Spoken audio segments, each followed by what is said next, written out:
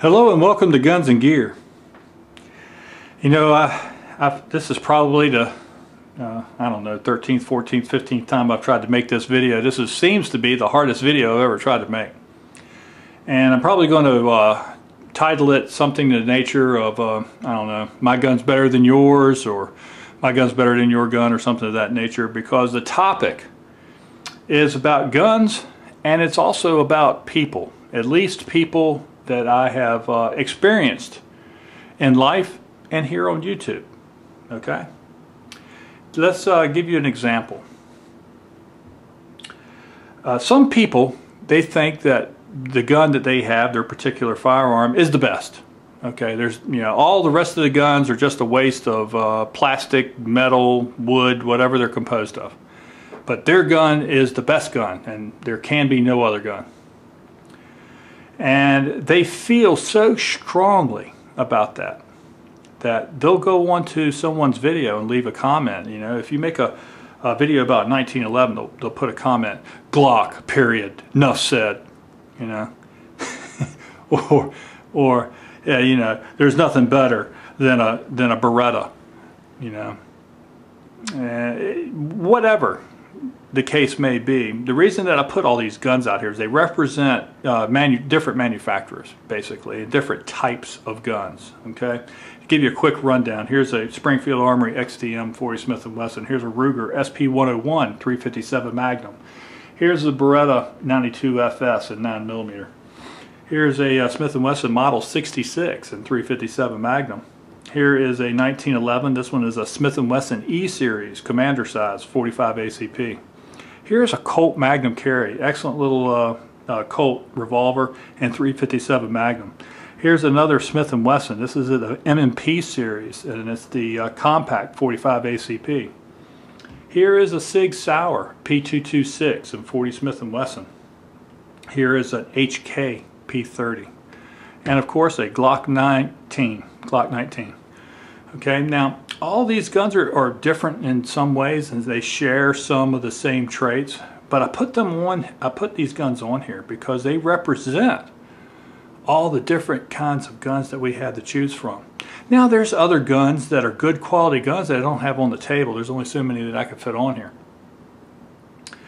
But there's a lot of other guns that I wouldn't put on here because I don't particularly care for them. And that's okay. I don't go around bashing them though. And I don't go around proclaiming any of these guns as being the best.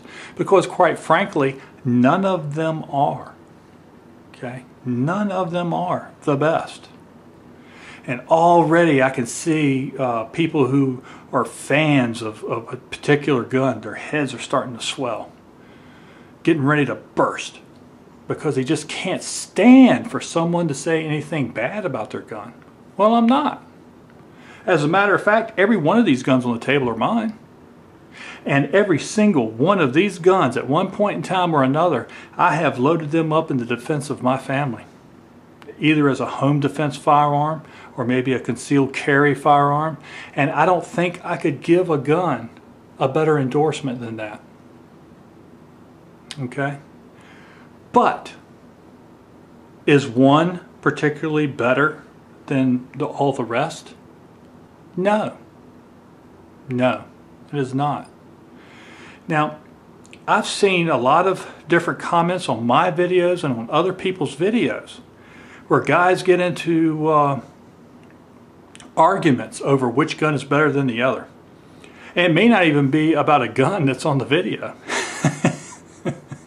Which is sometimes kind of funny in itself.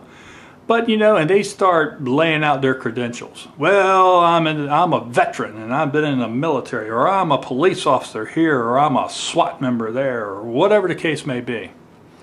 You know, and in many cases, law enforcement and military, they're not good experts on wide variety of firearms. Now, the platforms that they are issued, they are very competent, and we are very lucky to have them on our streets and protecting our nation. But when it comes to other firearms, I don't know that they have all that much experience. Competitors, the same way. You know? You ask Rob Latham about excellent firearms, and he's probably going to mention the ones that are sponsoring him at some point in time. You know, Jerry Micklick, the same way. So you have to take some of this stuff with a grain of salt. Now there's a lot of folks that have a lot of different knowledge about a lot of different kinds of guns. And you know, those guys probably can give you at least a more balanced answer than some of these other folks.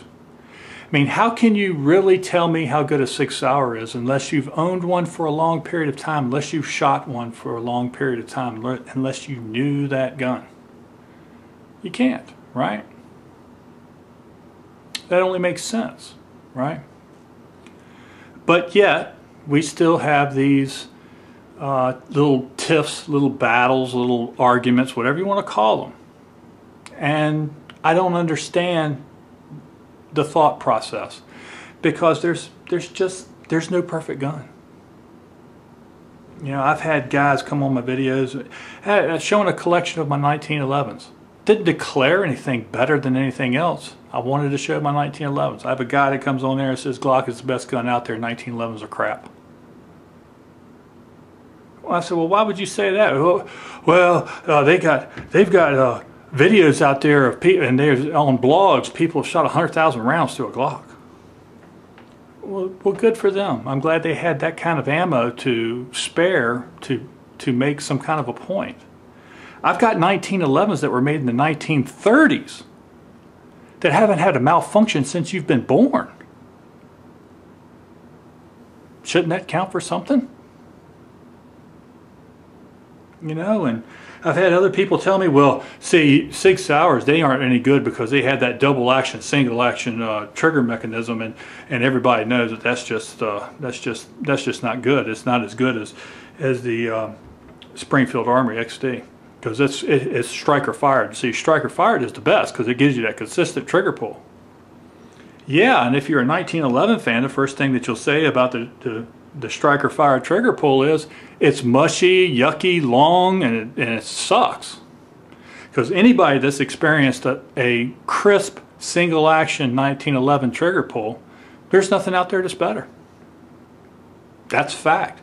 It moves less, it takes less effort, and it breaks like a glass rod. What could be better than that? But, you know, the Glock, you had to remember, and the M&P, you know, they're so much easier to disassemble. That point really just makes me laugh. So you're suggesting that one firearm is better than another firearm because of the disassembly? Really? You know, the 1911, way back in 1911, it was considered innovative because it was so easy to disassemble and maintain. And if you don't at least have the mental fortitude to learn how to disassemble and maintain a 1911, then wow, you really need to take some courses. You really need to get with some experts and learn something about firearms. And quite honestly, what tactic do you go through that you had to disassemble your gun in the middle of a fight?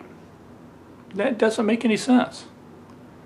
And I have guys that say, oh, well, you know what, revolvers, man, they're the true dependable firearm. And there's a lot of truth to that. But revolvers can jam also, right? Revolvers can be taken right out of the fight where you just can't fix them easy.